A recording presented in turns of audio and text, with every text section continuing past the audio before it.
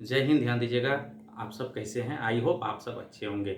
देखिएगा, आरआरबी की तरफ से नोटिफिकेशन आते हुए दिखाई दे रहा है। नोटिफिकेशन में बेसिकली क्या क्या है ये देखिएगा। रेलवे बोर्ड की तरफ से नोटिफिकेशन आया आज ही की डेट में। यहाँ पे बोला गया है कि जो 2024 में जो भर्ती आना है ग्रुप सी का, जो उसका जो है सारा जो अलग अलग बोर्ड को जो है जिम्मेदारी दे दिया गया है। उसमें बात करें, बेसिकली बात कहा गया है एनटी, यहाँ पे बात करें टेक्नीशियन और एलपी के बारे में कहा गया है कि उसका तो हम लोग जो है भर्ती ले लिए हैं। अब जो भर्ती जो आना है, यानी अब जो भर्ती होगा 2024 का जितना भी भर्ती बचा हुआ है, उसको अलग अलग बोर्ड को हम जिम्मा दे दिए हैं। यहाँ पे बात करें तो देख लीजिएगा, एनटीपीसी का जिम्मा अहमदाबाद को दे दिया गया है। उसके अलावा नेक्स्ट बात करें तो यहाँ पे देख लीजिएगा, पैरामेडिकल का पटना बोर्ड को, यानी पैरामेडिकल का जो भी भर्ती आएगा उसका संचालन कौन करेगा? पटना बोर्ड करेगा। उसके अलावा लेवल 1 जिसे हम लोग ग्रुप डी बोलते हैं, तो ग्रुप डी का संचालन कौन करेगा? तो भोपाल बोर्ड करेगा। ये सिर्फ और सिर्फ 2024 के लिए, याद रखिएगा, ये 25 के लिए नहीं है, सिर्फ और सिर्फ 2024 के लिए है। उसके अलावा जो है मिनिस्ट्रियल एंड आइसोलेटेड कैटेगरी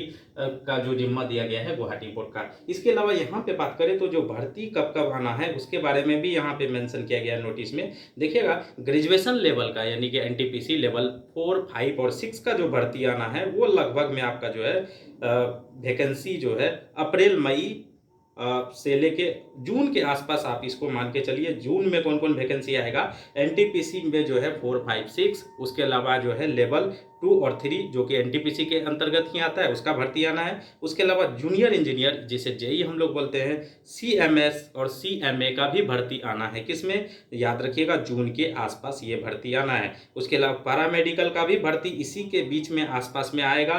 उसके अलावा जो है लेवल 1 और जो है मिनिस्ट्रियल एंड आइसोलेटेड कैटेगरी का जो भर्ती आएगा वो आपका सितंबर के आसपास में, अगस्त सितंबर के आसपास में आते हुए आपको दिखाई देगा। ये जो है सारा चीज़ यहाँ पे मेंशन किया गया है और ये प्रपोजल दिया गया है। तो ये अच्छा खासा कहीं ना कहीं खुशखबरी है जो रेलवे बार बार कह रही थी कि देखिएगा हम लोग कैलेंडर जारी किए हैं। हालांकि कैलेंडर जारी किया है तो ये सही दिशा में डायरेक्शन ये जाते हुए दिखाई दे रहा है। अलग अलग बोर्ड को अगर आप संचालन दिए हैं अलग अलग भर्ती के लिए तो कहीं ना कहीं भर्ती प्रक्रिया में तेजी आते हुए जरूर दिखाई देगा। ये तो बात आप मान के चलिए, चाहे नंबर ऑफ वैकेंसी कम हो ज़्यादा हो इससे फर्क नहीं पड़ता। अगर ये एक प्रोसेस में, एक पैटर्न में चले भर्ती तो बहुत जल्द जो है भर्ती